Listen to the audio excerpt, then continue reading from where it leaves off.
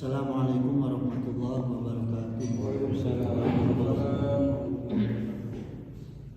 Alhamdulillah allazi an'amana bi nikmati iman wal islam. Wa nusalli wa nusallimu ala khairil anam sayyidina Muhammadin wa ala alihi wa sahbihi ajmain. Amma ba'du. Raditu billahi rabba wa bi islami dina wa bi Muhammadin nabiyya wa rasulah. Rabbana zidna ilman wa zidna fahman waj'alna minas sholihin. Hadratal muhtaramin, summa ila hadratil kiram min jami'i sayyidina ayyuhal mukarramin, sahibal fudala allazi yahduruna fi hadzal masjid ihsan hafizakumullah wa ra'akum. Ayo pakai wae, kurang ya pakai wae. Hadanallah wa iyyakum. Nah, pada pertemuan kali ini insyaallah jadi mulai pangaosan urang ayeuna teh perkitab. Ngawitan pertemuan ayeuna teh menggali pemahaman keutamaan ilmu dan ulama. Ieu bab hiji kitabna Tanqihul Qaul Hasid karangan Syekh Nawawi Al-Bantani. Tah jemaah aya nu terangkeun Syekh Nawawi Al-Bantani teh asalna di mana? Banten. Hah? Di Banten. Kabupatenna? Tangerang. Hah? Salah. Aya nu terang? Hah? Iji coba tulis bahasa. Hah? Serang Banten. Serang Banten. Iya. Kenal, semangat untuk bernaosna. Aya hadiah ngaos di dieu mah aya. Tahun bisa ngajawab aya hadiah, aya keneh ku, tenang. Sansia.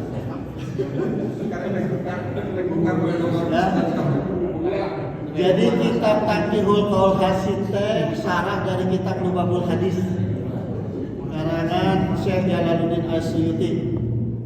Nah, kieu jemaah sekalian, ya. Allah Ta'ala berfirman, kita sudah maklum, ya, firman Allah teh, syahidallahu annahu la ilaha illa syahidallahu annahu la ilaha illa huwa wa malaikatu wa ulul ilmi qaiman bil qist. Nah, jadi di dieu teh Allah berfirman teh ada urutan, ya. Pertama yang mengimani Allah itu adalah Allah sendiri. Yang menyaksikan bahwa syahadah yang menyaksikan bahwa Allah itu Tuhan, pertama Allah sendiri. Yang kedua malaikat. Yang ketiga orang-orang yang berilmu. Beriman belum tentu. Ya, beriman belum tentu. Ada yang iman pada Allah tapi iman juga sama keris. Jadi harus orang yang berilmu gitu. Wa ulul ilmi, orang-orang yang berilmu. La ilaha illallah azizul hakim. Nah, jadi jamaah, untuk orang-orang yang berilmu itu Allah kasih urutannya ketiga setelah malaikat. Hebat tuh derajatnya coba. Hebatnya? Batak ulah tenaos. Lamun hayang naik derajat kudu tenaos, ya. Nah, sekarang ini sebelum masuk kita ke materi kita, ya, kita kupas dulu nih ilustrasinya karena ini saya mengkajinya itu pemahaman, ya. Sebelum masuk ke kitab kita harus ada penuntun pemahaman dulu. Pertama, untuk apa Allah menciptakan manusia? Allah menciptakan manusia itu wa ma khalaqul jinna wa insa illa liya'budun, supaya kita itu bisa beribadah kepada Allah. Itu tujuannya diciptakan manusia. Jadi kalau ada manusia yang tidak beribadah keluar dari kehendak Allah. Itu pertama pahami, ya. Karena dengan tujuan itulah maka Allah menciptakan manusia itu cek bahasa Sunda nama very special limited edition. Naon teh artina?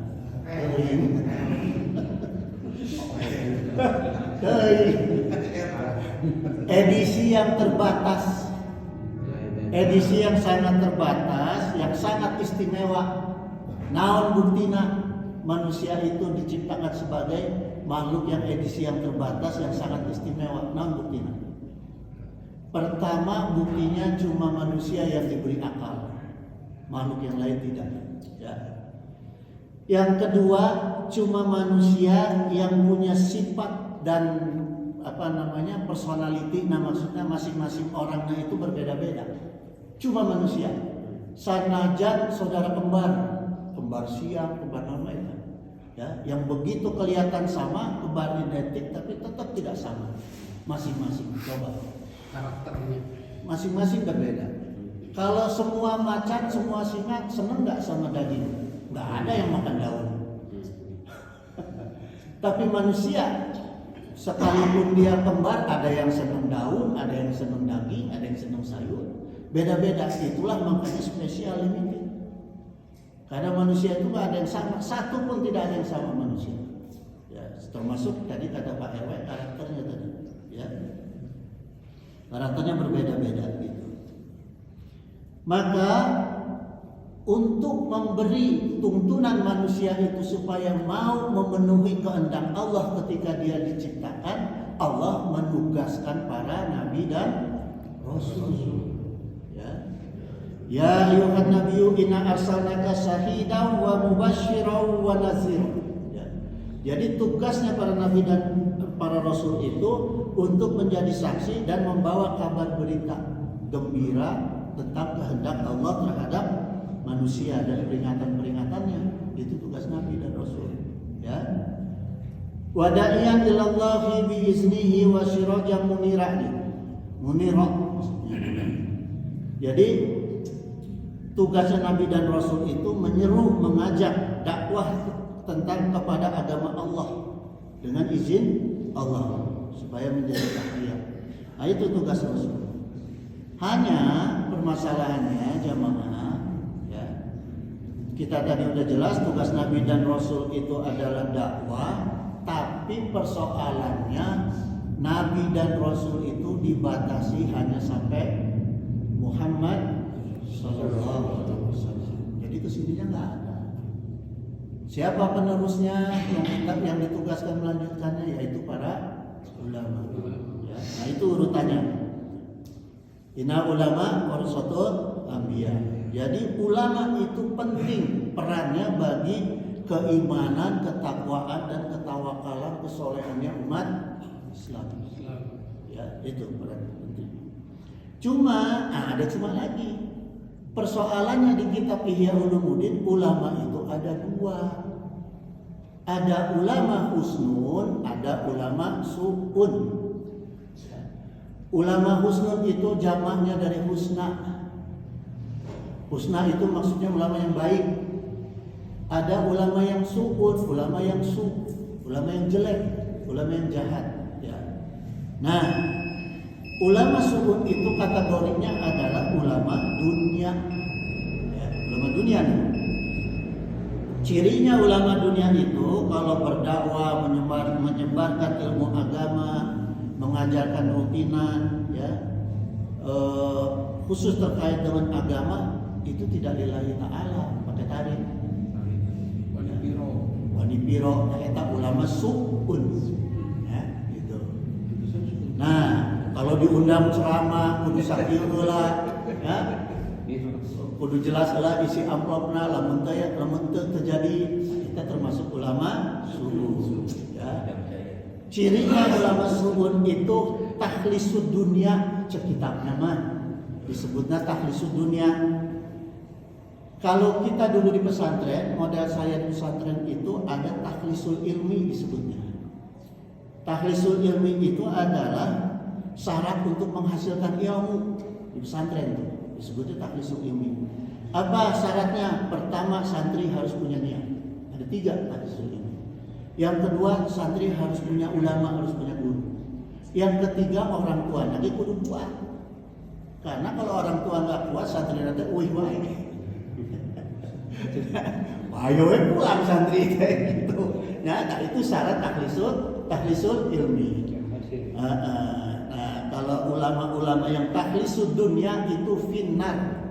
Ya, pasti itu finnar. Nah, sekarang jamaah, seperti apa ulama husnun?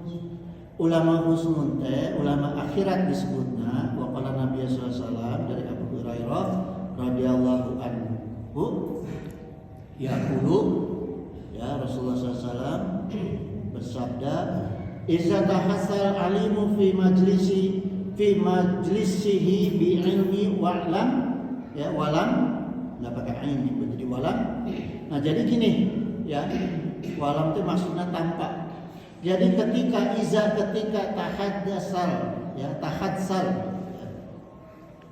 tahaddasal, ketika seorang alim itu menyampaikan ilmu fi majlisihi di majlisnya bi ilmi, ya menyampaikan ilmunya di majlisnya itu walam tanpa yadkhulu hazlun, ya tanpa bercanda yang tidak bermanfaat. Ada orang yang senangnya teh ngaji teh bari bercanda we gitunya.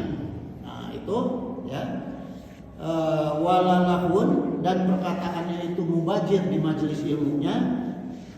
Khalaqallahu ta'ala min kulli kalimatin tala'at min famihi, maka Allah akan menciptakan dari setiap kalimat yang diucapkannya si ulama teh, kiai teh, malaka yastaghfirullah lahu, para malaikat. Allah ciptakan khusus para malaikat, ya, untuk mencatat si ustaz-ustaz anu sering ngabojek teh, ya, anu perkataannya tidak manfaat, ya. Untuk apa? Untuk memintakan ampunan. Jadi untuk ustadz yang di majelisnya itu menyampaikan ilmunya tanpa dengan bercanda, tidak ada bercanda, isinya itu ilmu-ilmu yang manfaat, ya, itu diciptakan khusus ku Allah malaikat untuk mencatat, untuk diampuni dosanya. Dimintakan khusus pada Allah diampuni dosanya kiai-kiai yang seperti itu. Walisamihi ila yaumil qiyamati, dan untuk orang-orang yang mendengarkannya sama juga. Jamaah juga kalau hadir di majelis taklim yang kiainya tara bercanda, tidak mubazir, ilmunya bermanfaat, ya, insya Allah juga dicatat ku para malaikat supaya diampuni dosanya itu ila yaumil qiyamah, sampai hari kiamat. Jadi untung jamaah harus pilih-pilih majelis, jangan sampai pilih majelis yang banyak humornya, yang isi tidak bermanfaat. Kalau yang banyak humornya gimana? Ya tidak dicatat, rugi jadinya, buang tenaga, buang waktu, temenang nanaon, ya itu mubazir. Faizan sarafu maghfurina lahum, dan ketika mereka selesai pulang, mereka telah diampuni dosa-dosanya. Ya, sumakola, kemudian Nabi SAW bersabda lagi, aidan humul qaumul la yasqa bihi jalisuhum, mereka itu para kiai-kiai tadi yang tersebut tadi adalah kaum yang tidak membuat celaka pengikutnya. Nah, jadi kalau ada kiai yang ngajinya nggak benar, tidak sesuai syariat agama yang seperti disebutkan tadi, ya berarti dia kiai yang mencelakakan umatnya. Mencelakakan umat. Nah, jadi gini jemaah, ya, kalau kita hadir di majelis seperti itu dijanjikan oleh Rasulullah malah celaka, rugi. Ulang, kudu baik-baik, pintar-pintar memilih ulama. Nah, terus siapa lagi ciri ulama husnun, ulama akhirat, ya, ulama yang lillahi ta'ala, khusyuk kepada Allah Subhanahu wa ta'ala gitu. Bahkan tidak pernah mengharap imbalan dari manusia, ya, gitu. Itu disebut ulama ya jannah gitu. Nah, cuma gini, saya ketika ngaji di Jakarta ada yang nanya, "Kang, kumaha kalau gimana kalau akang itu tidak minta, tapi DKM itu ikhlas, yang ngundang ikhlas ngasih, ya, gimana? Boleh nggak?" Itu. Kan pertanyaannya gitu, ya. Saya jawab, hari itu saya boleh. Tapi besok belum tentu boleh. Karena kalau hari itu saya terima, belum tentu besok saya tidak berharap pas mau berangkat. Mudah-mudahan dikasih deui. Ketika berharap dikasih lagi, batal itu semua keulamaannya, kekiaiannya, ya. Makanya saya ketika itu mengusulkan ke DKM Amanat di Jakarta itu, ya, DKM itu jangan membuat kesepakatan transaksional dengan kiainya dan ustadznya. Masing-masing punya tugas, punya tanggung jawab. Ulama, kiai, ustadz datang ke sini untuk memberikan ilmunya dengan ikhlas lillahi ta'ala. DKM juga punya kewajiban memperhatikan ulama, ustadz dan kiai, tapi jangan disepakati ongkosnya sekian dan sekian. Ulah. Masing-masing ingat aja kewajibannya masing-masing. Tidak usah kesepakatannya kalau kesini sekali datang sekian, nggak usah. Masing-masing ingat aja sama kewajibannya. Dari istimewa Allah mengatur. Allahul Lazi yang muqallibal qulub. Allahul Lazi muqallibal qulub. Allah yang membolak-balikkan hati. Nggak usah diminta dia lamun Allah gerakan atau kesepakatan 100.000 kalau Allah yang gerakin atau ngasih 1 juta. Bisa tuh? Bisa. Maka ulah disepakati. Biarin aja. Kesadaran masing-masing mendekatkan diri sama Allah, Allah yang kasih hadiah. Nggak usah ada transaksional di nama perkara agama, ya gitu. Tapi itu kan udah lumrah. Sebodot lain, lumrah cek saha, cek Allah, cek Rasul atau cek manehanana. Anggaran sekian, itu kan ada kan? Iya, tapi jangan dibadamikan sareng si DKM ustadznya. Oh, di ustaz. Antara DKM mah semangga. Dan yang tahu ngatur keuangan adalah DKM, tapi jangan ditransaksikan. Jangan disepakati dulu dan nanti kalau datang sekian bulan. Udah aja pokoknya masukin aja di amplop, terserah mau isi berapa. Tapi kalau kita mengundang kiai kadang-kala saya suka ikut kan. Kadang-kala kan di situ tuh ada sekretaris pribadinya, udah ngasih tarif gitu. Gini, Pak RW, saya pernah kejadian. Saya diundang ngaji. Ketika diundang ngaji, saya datang pakai mobil. Datang ke itu teh, turun dari mobil, dijemput lagi naik motor. Sampai ke tempat eta teh, punten ya. Tempat eta muludan teh, selesai muludan saya tanya, ini apa? Dikasih amplop. Ini apa? Iya mah kahoyang warga di dia, hoyong kenging barokahna maulid Rasulullah SAW. Untung didinya rugi di dia. Orang datang ke dia capek-capek nggak menang sakia unggul. Nada. Ai kabehanana di dia menang berkahna Rasulullah. Orang buka, punten ya, orang buka amplopnya. Tah 1,5 juta. Tah iya ongkos saya ke dia bensinnya saya 50.000, saya terima kamu berkah jamaah di dia, warga di dia. Sisanya orang kembalikan kanggo warga di dia. Iya uyang kurang ya hoyong menang. Berkahnya lahirna Rasul. Daripada aing capek-capek datang malah ceok, menang 1,5 juta. 1,5 juta. Dengan itu biar adil sama-sama mendapat barokah Nabi kembalikan. Itu adil namanya, ya. Gitu. Nah, kemudian gini jemaah. Sekarang kita kan harus tahu apa inti target pergerakan dari ulama. Target dakwah. Ini yang diajarkan oleh Rasulullah SAW. Ya. Pertama, ulama itu atau para kiai itu tugasnya menciptakan kesolehan berjamaah. Berjamaah, lain sorangan-sorangan. Itu tugas ulama karena sama dengan Rasul, ya.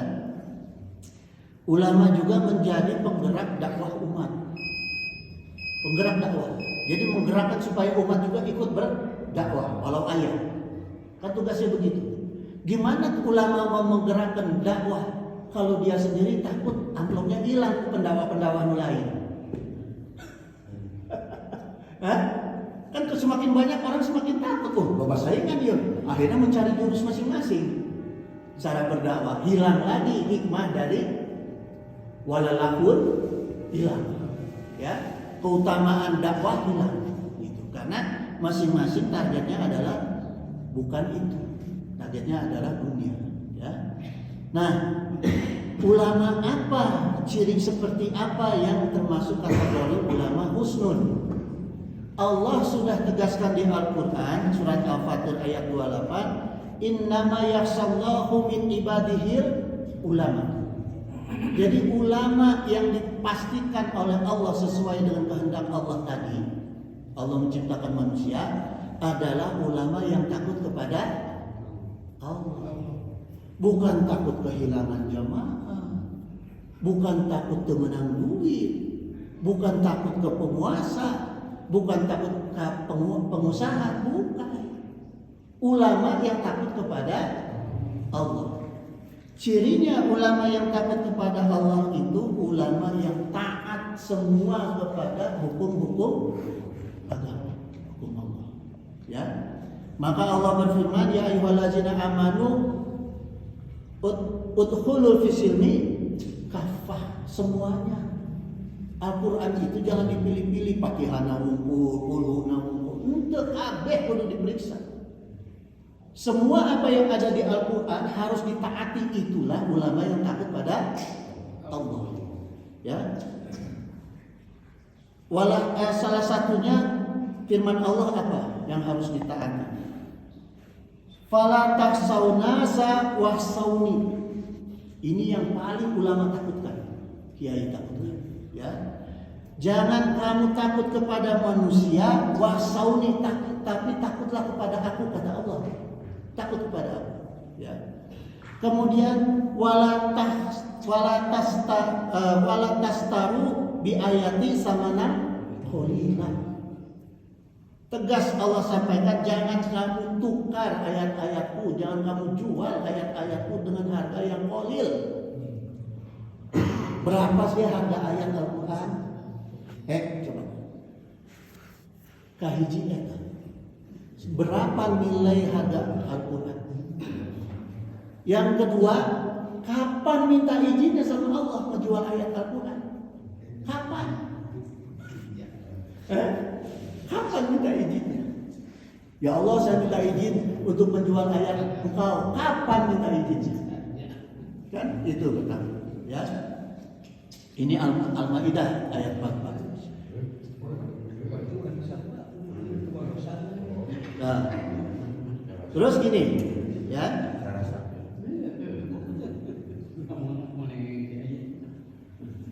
Ini yang dicontohkan, jemaah. Ingat ya. Karena tadi saya sudah buka, ulama itu warasatul anbiya, ulama itu penerus nabi. Apa yang dilakukan nabi ketika itu? Ya.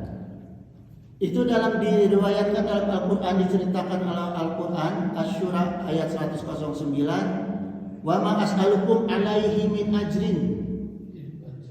Ya. Aku sekali-kali tidak minta upah kepadamu atas dakwah aku. Tuh, Nabi aja nolak, nggak minta upah. Ya. In ajriya ila alasrobal alamin. Upahku tidak lain hanya dari Allah. Jadi nggak ada. Itu yang diajarin sama Nabi. Jadi kalau ada ulama, kiai, ustadz dan segala macamnya dai minta upah, tidak ikut Nabi. Ya. Nah, terus kalau pakai tarif gimana? Nah, ini diriwayatkan oleh Sayyidina Anas radhiyallahu anhu, qala al-ulama'u amana'u rasuli. Ulama itu adalah amanat, pemegang amanat kepercayaannya para rasul. Malam, ya, selama dia tidak yukhalitus sultan, selama mereka itu tidak bergaul dengan penguasa. Selama mereka tidak gaul dengan penguasa, apalagi sudah jadi bagian dari penguasa, hilang ulamaannya. Ya, sanaos tadina ketua MUI jadi penguasa, hilang ulama. MUI-nya masih, gitu kan? Terus wa yudakhilu dunya, dan selama si ulama itu tidak asik dengan urusan dunia. Ya. Fa iza qalatu sultana, jika mereka bergaul dengan para penguasa dan asik dengan urusan dunia, faqad khanu rasulah, maka mereka itu sudah mengkhianati Rasulullah sallallahu alaihi wasallam. Ya. Ini tegas ini. Terus terakhir apa perintah Rasul? Fahzaruhum, jauhi mereka. Karena apa kalau nggak dijauhi? Kepentingan dakwahnya itu adalah pasti mewakili kepentingan makhluk. Sudah tidak lagi kepentingan Allah, sekalipun yang disampaikan adalah ayat atau hadis, tapi ada kepentingan makhluk. Ini yang Allah tidak inginkan. Ya. Gitu. Jadi udah tinggalin, jangan didengerin, mau ngomong apa sudah tahu gitu. Ya. Bahkan kanjeng Nabi Nuh itu juga pernah mencontohkan, la as'alukum alaihi malan, aku tidak minta harta benda kepada kalian atas dakwahku ini. In ajriya illa Allah, upaku hanya dari Allah. Ya. Gitu jemaah. Jadi kalau ada kita nemukan ulama-ulama yang seperti itu, ulama yang asik urusan dunia, ulama yang asik urusan kekuasaan tinggalin, jangan didengarin. Kecuali dia memang punya bahan bisnis. Dibedakan dagang-dagang, ngaji-ngaji dagangnya itu untuk mendukung ngaji. Nah itu pilih. Ya. Dia dagang biasa, hukum dagang. Dan memang itu dia bolehkan dalam fikih, muamalah, boleh. Gitu. Tapi jangan campur dagang ayat, dagang mah dagang sembako, dagang sembako, dagang barang dunia boleh. Untungnya dari dagang sembako, dari dagang barang dunia untuk kepentingan agama, cakep. Bukan dagang agama untuk kepentingan dunia, jelek. Jelek. Itu bikin proposal bangun masjid tapi ayah diambil sedikit untuk bikin kamar mandi. Salah itu, ya. Gitu. Jangan seperti itu. Nah, kemudian Rasulullah SAW, maka seperti apa ciri khusus fisik pribadi ulama yang digambarkan oleh Rasulullah? Hiyarukum, pilihan manusia, pilihan kalian itu adalah man zakarakum billahi ru'yatuhu. Ya. Siapa yang jika orang itu maksudnya gini, man zakarakum, siapa yang ketika kita melihat orang-orang seperti itu, mereka itu ya karakum billahi ru'yatuhu gitu. Mereka itu jadi semakin ingat kepada Allah. Jadi kita kalau ketemu orang ulama yang benar itu, kalau ketemu dia tuh kita jadi ingat sama Allah, istighfar, ingat taubat, ingat ibadahnya. Nah itu ciri ulama husnul. Yang kedua, waragabakum fi akhirati amaluhu. Kalau mengetahui amal-amalnya, kita itu jadi kepengen mengamalkan amalan-amalan ibadah, mendekatkan diri kepada Allah, ya, amalan akhirat gitu. Terus wazada fi ilmikum mantikuhu gitu. Kalau mendengar ucapan-ucapannya menjadikan kamu bertambah ilmu. Nah itu orang yang di dirinya ada 3 ciri seperti itu. Ketika kita melihat wajahnya, ketika kita mendengar ucapannya, ketika kita mendengar amalannya, itu menjadikan kita lebih berilmu, lebih ingin ibadah, ya, ingin dekat sama Allah. Tak itulah ulama ya. Ini hadisnya sahih ya. Riwayat Hakim dari Ibnu Umar. Nah, misalnya gini ya, kalau ada orang-orang seperti itu boleh kita cium tangan. Kenapa tangannya kita cium? Karena tangannya selalu dipakai takbiratul ihram dan tahiyat. Enggak pernah tangannya dipakai tunjuk orang. Nggak pernah tangannya dipakai maksiat, boleh kita cium tangan. Hai tangannya sok gaplek, ceplek, ulah dicium, sanos kolot oke, katepaan ke, nggak gaplek. Nah, kalau di Mekah Itu ada orang kalau ketemu ulama itu dicium dadanya. Kenapa dicium dadanya? Malah barokah karena di dadanya itu tersimpan iman yang kuat, akidah yang kuat, maka dicium. Ada yang mencium kening ulama supaya apa? Supaya mendapat barokah ilmunya ulama. Ya, Selalu bersujud. Bersujud atau juga selalu bersujud. Nah, bahkan jamaah sekalian, ya, penting-pentingnya ulama. Nah, ini masuk kita ke bab 1 nih, ya, ke bab 1 diceritakan oleh Rasulullah SAW bahwa seorang ulama itu orang yang benar, orang alim, yang ulama yang alim, yang benar-benar alim. Alim itu maksudnya tidak hanya punya pengetahuan tapi juga mengamalkan ilmunya, ya, secara benar. Itu tidak seimbang dengan orang sejumlah kabilah, satu kaum. Satu kaum itu satu bangsa. Jadi satu ulama yang benar itu tidak seimbang dengan satu bangsa negara Indonesia, satu rakyat Indonesia. Ya, lamutu qabilatin ayyasaru min mauti alimin. Kematian satu kabilah itu lebih ringan dari kematian satu orang alim, cek Rasul. Karena apa? Kita udah paham, pahlawan itu mati satu tumbuh 1000. Ulama mati nggak tumbuh-tumbuh. Imam Syafi'i sekarang ada nggak pengganti yang seperti Imam Syafi'i? Belum.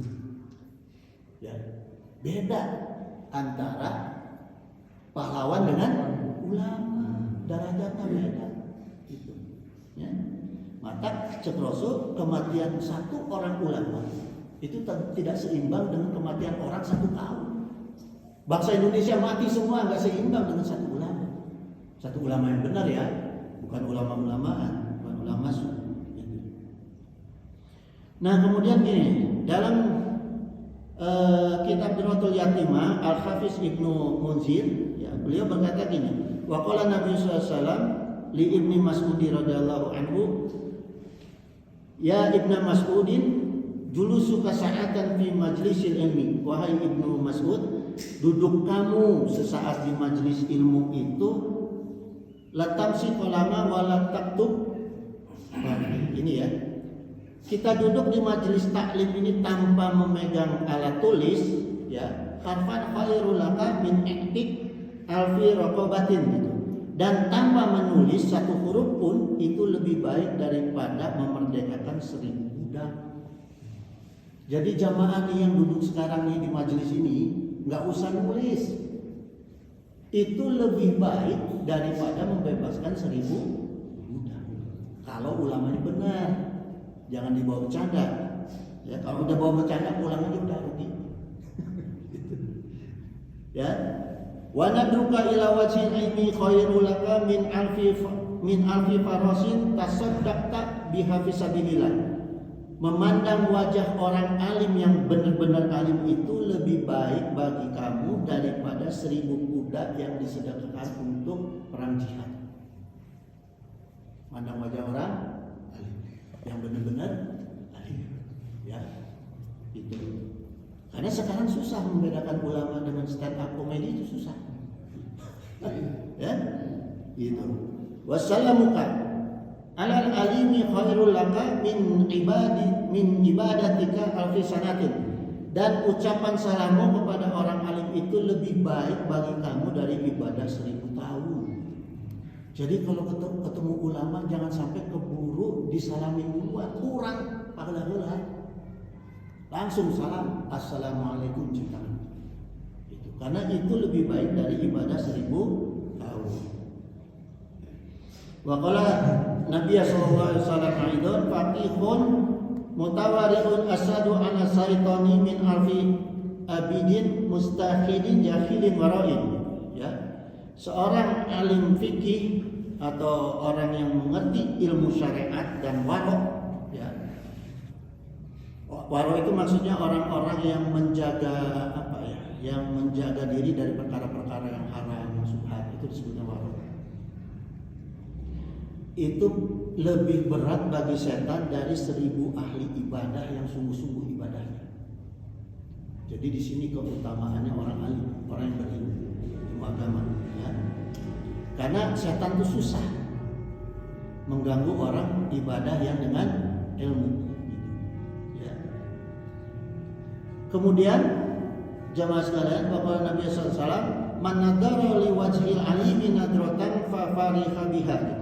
Siapa yang memandang wajah orang alim itu sehingga orang alim itu gembira dengan pandangan dia, artinya begini, kalau kita ketemu ulama yang benar itu jangan cemberut, karena kalau cemberut kan jadi orang nggak enak hati apa, nah itu nggak boleh.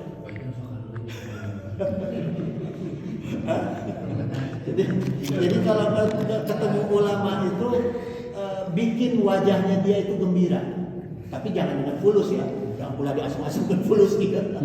Bikin wajahnya dengan gembira, apakah melihat kita sambil membaca kitab, dia gembira. Apa melihat kita itu kesolehan kita, ulama itu gembira. Ulama yang benar itu gembira kalau melihat orang-orang yang sedang ibadah, orang-orang yang soleh. Gitu. Ya. Nah, itu maka pandangan orang itu yang membuat orang gembira itu, ulama itu gembira, ya. Khalaqallahu min tilkan nadarati malaka yastaghfiru lahu ila yaumil qiyamati. Ya. Maka Allah Subhanahu wa taala itu menciptakan dari pandangannya dia itu malaikat-malaikat yang terus minta ampunan kepada Allah untuk orang itu. Jadi barokahna ulama itu ya. Dulu saya waktu pesantren di Picung, sanaos kata teh uang, mama baden teh uang, kalau ketemu uang teh lupa saya ada sil. Kusimakna gitu, udah takut duluan gitu. Ya, udah takut gitu. Kalau sekarang di pesantren baru-baru ketemu ulama, paling ketemu gurunya. Hah? Dulu mah saya di Picung pesantren nggak pernah ngaji, nggak ngalap barokah, malayana, naon gitu. Pokoknya maha banyak ulamanya. Ujung-ujungnya bisa ngaji sorangan. Ya. Kemudian jamaah sekalian, pokoknya Nabi SAW itu, ya, man akrama alimam faqad akramani. Kata Rasulullah bersabda, siapa yang memuliakan ulama berarti dia memuliakan aku. Wa man akramani faqad akramallah, dan siapa yang memuliakan aku berarti dia juga memuliakan Allah, ya. Wa man akramallahu fama awaqul jannata, dan siapa yang memuliakan Allah maka tempatnya di surga. Wa qala Nabi sallallahu alaihi wasallam, man ta'alama baban min ilmi ya'malu bihi aw lam ya'mal bihi, gitu. Belajar ilmu satu bab aja, enggak usah banyak-banyak, satu bab aja.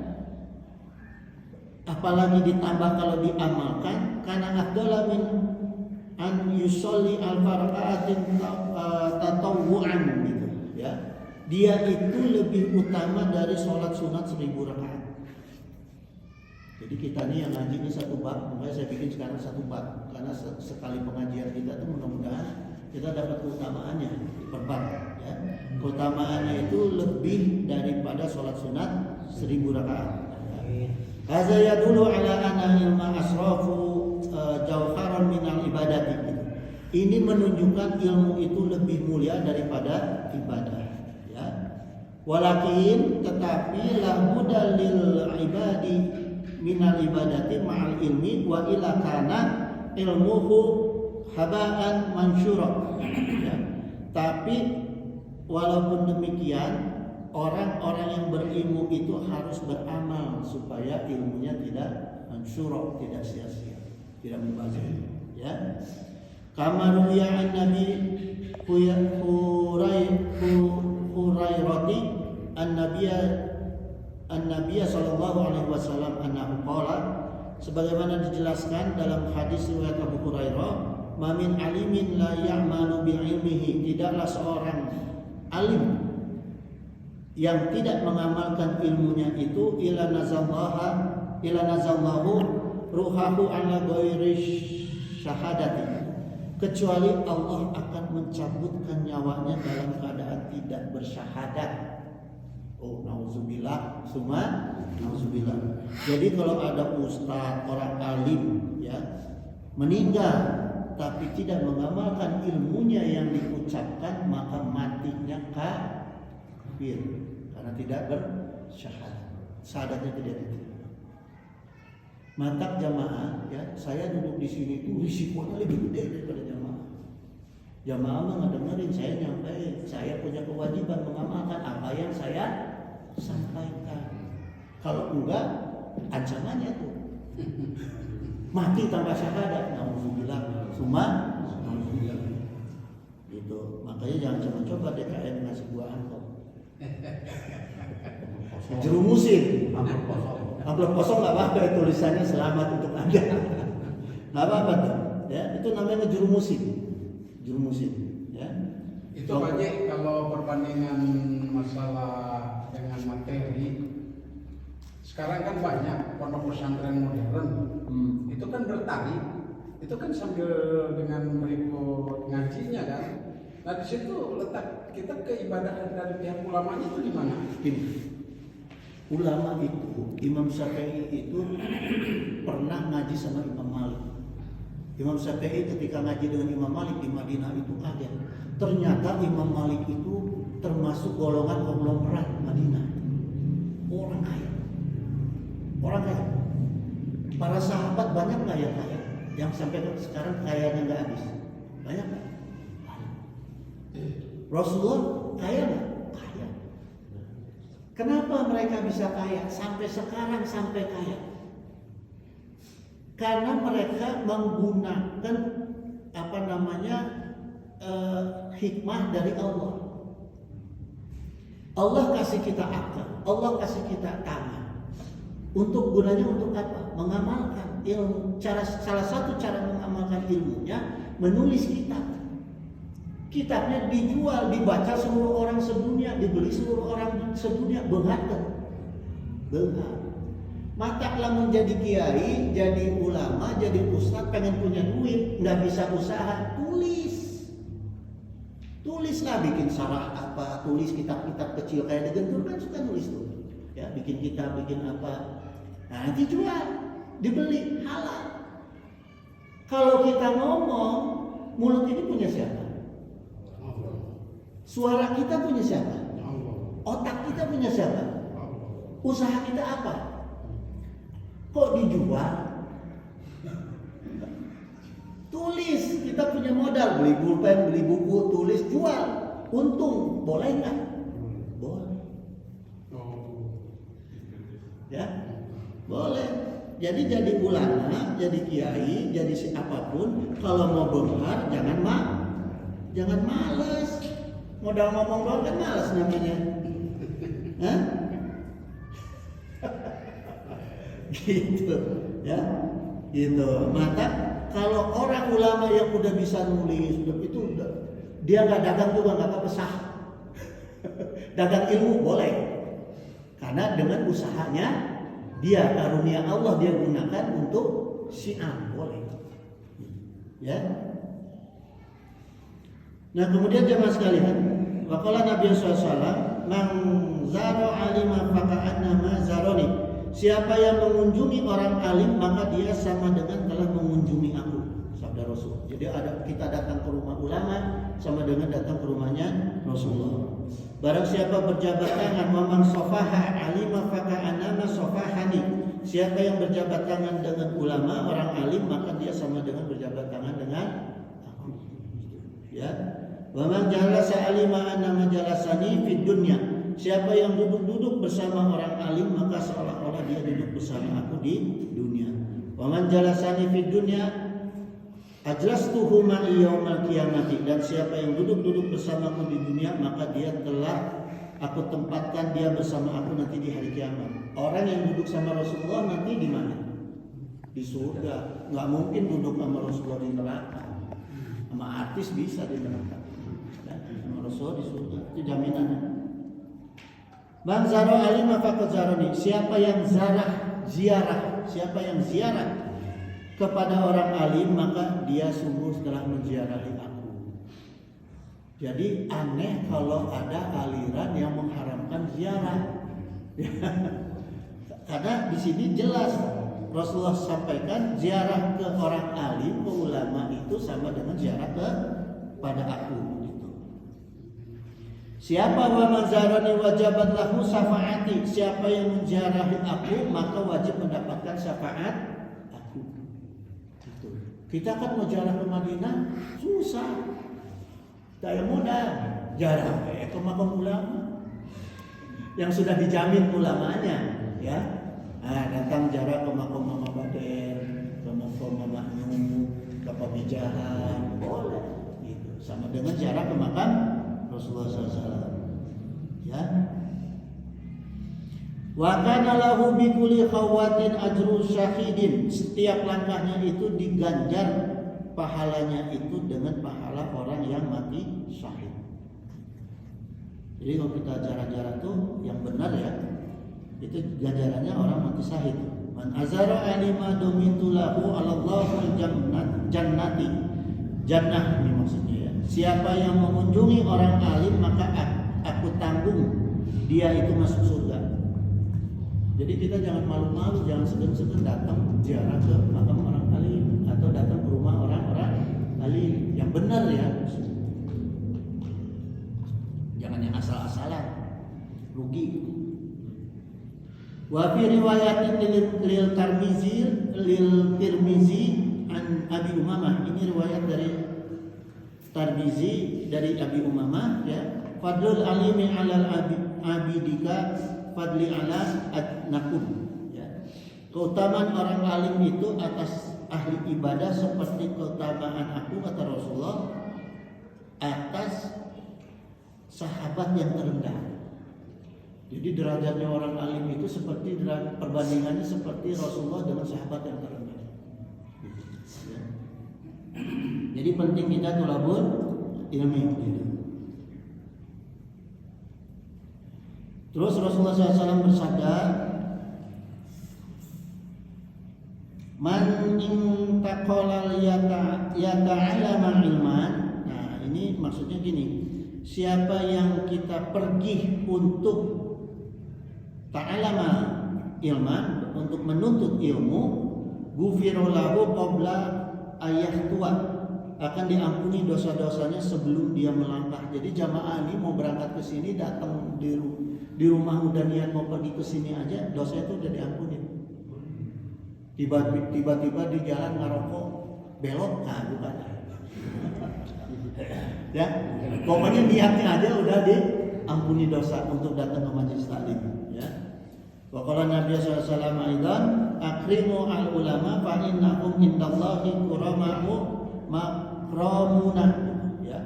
Muliakanlah ulama karena mereka itu orang-orang yang dimuliakan para malaikat.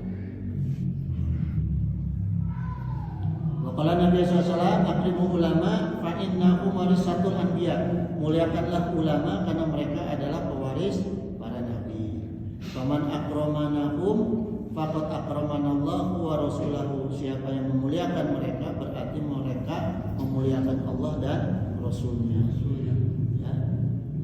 Bahkan Rasulullah SAW juga bersabda, Numul alimi afdalul min ibadatil jahili. Tidurnya orang alim itu lebih utama daripada ibadahnya orang bodoh. Oh, enak jadi orang alim ya, habis thalabul ilmi tidur. Itu lebih utama daripada orang bodoh, orang ngaji.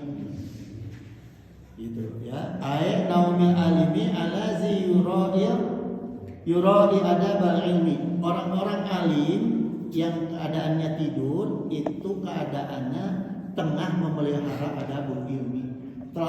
Orang alim yang tidur itu sama dengan dia itu sedang menjaga ilmunya. Orang yang tidur mungkin nggak maksiat, padahal kan dia tahu ilmunya itu tidak boleh maksiat. Supaya tidak maksiat dia tidur. Nah, itu tidurnya orang alim. Itu, ya. Jadi tidurnya orang alim itu karena menjaga ilmunya jangan sampai dia langgar. Nah, itu kepentingannya tidurnya orang alim. Ya, afdalu min ibadatil jahili alazi la yaslimu adabal ibadati. tidurnya orang alim itu lebih afdol daripada orang bodoh yang ibadah tapi tidak memperhatikan adabul ibadah. Orang alim tidur, ada orang ahli ibadah, sholat tahajud 23 rakaat, orang alim tidur, tapi sholat tahajudnya tanpa ilmu, mending tidur, mending sholat.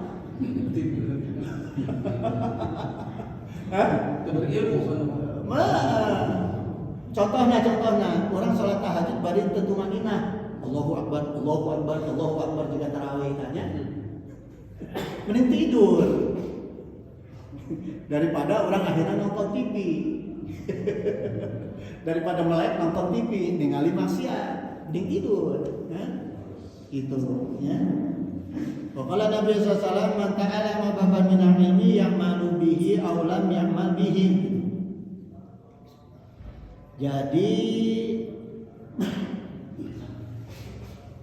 tadi ya, jadi thalabul ilmu itu lebih baik daripada ibadah 1000 tahun ya. Kemudian Rasulullah SAW bersabda, dijelaskan dalam hadis riwayat Abu Hurairah, mamin alimin la ya'malu bi ilmihi ila nazallahu rohahu ala ghairi syahadatin. Ya, jadi ini maksudnya gini. Ini yang tadi saya sampaikan ini. Jadi orang-orang yang tidak mengamalkan ilmunya, orang alim tidak mengamalkan ilmunya, matinya itu enggak bisa bersyahadat. Ya, itu jemaah sekalian. Tadi yang saya sampaikan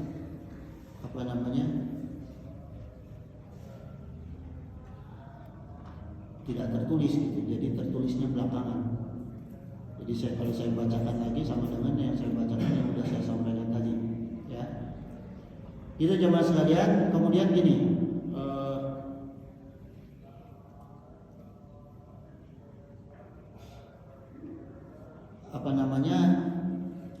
pertanyaan ya.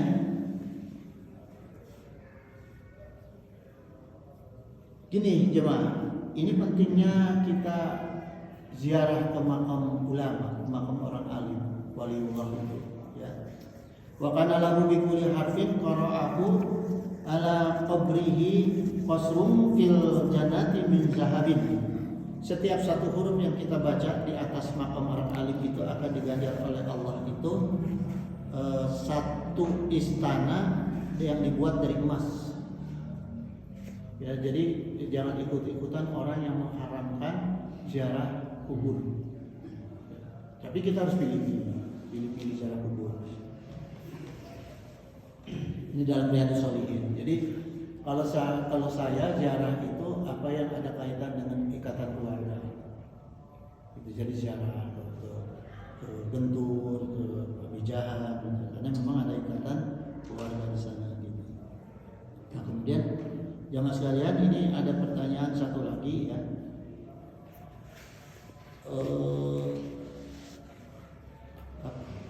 Saya mau kasih pertanyaan apa ya? Yang gampang ini, itu supaya nggak bawa pulang ya hadiahnya. Ya? Tadi kan dikatakan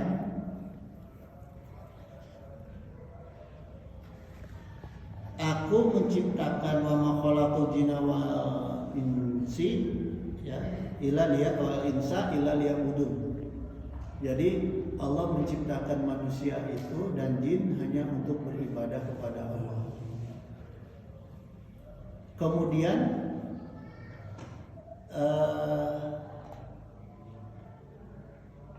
salah satu ibadah ya, syarat diterimanya ibadah itu apa? Ada dua sebetulnya syarat diterimanya ibadah. Tapi salah satu aja. Apa? Satu-satu. Siapa yang menjawab pertama? Ikhlas. Ikhlas benar. Ila makana lahu kholisan. Jadi ada dua ibadah itu, ittiba sama ikhlas. Kalau khusyuk itu bagian daripada ittiba. Bos, hadiahnya mau diambil atau mau dijariahkan bos? Hah?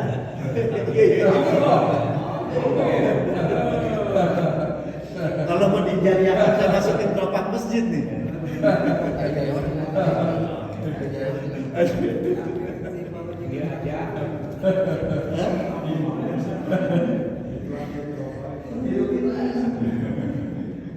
Itu ikhlas, itu insya Allah ikhlas.